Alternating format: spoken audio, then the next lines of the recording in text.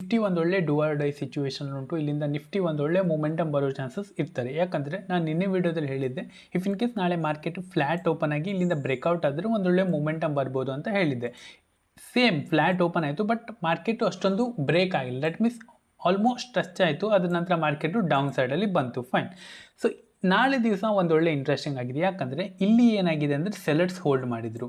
ಇವತ್ತೇನು ಮಾಡಿದರು, ಇಲ್ಲಿ ಸೆಲರ್ಸ್ ಕೂಡ ಹೋಲ್ಡ್ ಮಾಡಿದರು ಆ್ಯಂಡ್ ಬಯರ್ಸ್ ಕೂಡ ಹೋಲ್ಡ್ ಮಾಡಿದ್ದಾರೆ.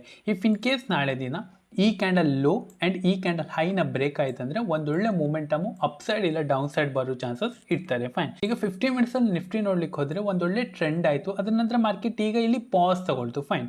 ಸೊ ಇಫ್ ಇನ್ ಕೇಸ್ ಈ ಟ್ರೆಂಡು ಕಂಟಿನ್ಯೂ ಆಗಬೇಕಂದ್ರೆ ಇಲ್ಲಿಂದ ಹೈಯರ್ ಹೈ ಮಾಡಬೇಕು. ದಟ್ ಮೀನ್ಸ್ ಈ ಹೈನ ಬ್ರೇಕ್ ಆಗಿ ಒಂದು ಹೈನ ಮಾಡಬೇಕು.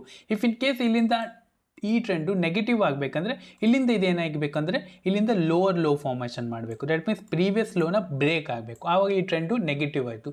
ಸೊ ಅದು ನಾಳೆ ಆಗೋ ಚಾನ್ಸಸ್ ಉಂಟು. ಇಫ್ ಇನ್ ಕೇಸ್ ಇಲ್ಲಿ ಹೋಲ್ಡ್ ಮಾಡಿದರೆ ನಮಗೆ ಎಕ್ಸ್ಪೈರಿ ದಿನ ಕೂಡ ಒಂದೊಳ್ಳೆ ಮೂಮೆಂಟಮ್ ಬರೋ ಚಾನ್ಸಸ್ ಇರ್ತಾರೆ. ಇಫ್ ಇನ್ ಕೇಸ್ ನಾಳೆ ಕೂಡ ಸೈಡ್ ವೇಸ್ ಆಗಿದೆ, ದಟ್ ಮೀನ್ಸ್ ಸೆಲ್ಲರ್ಸ್ ಎಲ್ಲ ಒಂದೊಳ್ಳೆ ಡಿಕೆ ತಗೊಂಡಿರ್ತಾರೆ, ಇಲ್ಲಿಂದ ಒಂದು ಮೂಮೆಂಟಮ್ ಬರೋ ಚಾನ್ಸಸ್ ಇರ್ತಾರೆ ಅಂತ. ಫೈನ್.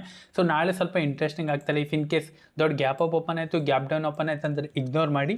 ಇಫ್ ಇನ್ ಕೇಸ್ ನಾಳೆ ಫ್ಲ್ಯಾಟ್ ಓಪನ್ ಆಗಿ ಡೇ ಲೋನ ಬ್ರೇಕ್ ಆಯ್ತು ಅಂದರೆ ಪ್ಲ್ಯಾನ್ ಮಾಡ್ಬೋದು. 1:2ನ ಟಾರ್ಗೆಟ್ ಎಕ್ಸ್ಪೆಕ್ಟ್ ಮಾಡ್ಬೋದು. ಕ್ವಾಂಟಿಟಿ ಸ್ವಲ್ಪ ನಾರ್ಮಲ್ ಇಟ್ಟರೆ ಬೆಟರ್. ಇಫ್ ಇನ್ ಕೇಸ್ ನಾಳೆ ಸ್ಲೈಡ್ಲಿ ಗ್ಯಾಪ್ ಅಪ್, ದಟ್ ಮೀನ್ಸ್ ಈಗ ಏನು ಕ್ಲೋಸಿಂಗ್ ಕೊಟ್ಟಿದ್ದಲ್ಲ 24,840ರಲ್ಲಿ, ಇಫ್ ಇನ್ ಕೇಸ್ ನಾಳೆ 24,900 ಓಪನ್ ಆಗಿ ಸೆಕೆಂಡ್ ಹಾಫಲ್ಲಿ, ದಟ್ ಮೀನ್ಸ್ 10ವರೆಗಿಂತ ಮೇಲೆ ಅಪ್ ಸೈಡಲ್ಲಿ ಬ್ರೇಕ್ಔಟ್ ಆಯಿತು ಇಲ್ಲ ಬ್ರೇಕ್ ಡೌನ್ ಆಯಿತು ಅಂದರೆ ಒಂದು ಟ್ರೇಡ್ನ ನಾವು ಎಕ್ಸ್ಪೆಕ್ಟ್ ಮಾಡ್ಬೋದು. ಫೈನ್. ಇಫ್ ಇನ್ ಕೇಸ್ ನಾಳೆ ಫ್ಲ್ಯಾಟ್ ಓಪನ್ ಆಗಿ ಡೌನ್ ಸೈಡ್ ಬ್ರೇಕ್ ಆಯಿತು ಅಂದರೆ ಮಾತ್ರ ನಾವು ಮಾರ್ನಿಂಗಲ್ಲಿ ಒಂದು ಟ್ರೇಡ್ ಸಿಗ್ಬೋದು. ಇಫ್ ಇನ್ ಕೇಸ್ ನಾಳೆ ಗ್ಯಾಪ್ ಅಪ್ ಓಪನ್ ಆಗಿ ಫ್ಲೋಲ್ಲಿ ಹೋಗುತ್ತೆ ಅಂದರೆ ನೀವಲ್ಲಿ ಇಗ್ನೋರ್ ಮಾಡಿ, ಅಲ್ಲಿಂದ ಮಾರ್ಕೆಟು ಟ್ರ್ಯಾಪ್ ಆಗೋ ಚಾನ್ಸಸ್ ಇರ್ತಾರೆ. If in case gap up open ಆಯಿತು ಇದೇ ಫ್ಲೋಲ್ಲಿ ಹೋಯ್ತು ಅಂದರೆ ನಮ್ಗೆ ಇಲ್ಲಿ ಒಂದು ಪ್ರೈಸ್ ಆಕ್ಷನ್ ನೋಡಿ ನಾವು ಇಲ್ಲಿ ಪ್ಲ್ಯಾನ್ ಮಾಡಿದ್ರೆ ಒಂದೊಳ್ಳೆ ಮೂಮೆಂಟಮ್ ನಾವು ಎಕ್ಸ್ಪೆಕ್ಟ್ ಮಾಡ್ಬೋದು. ಫೈನ್.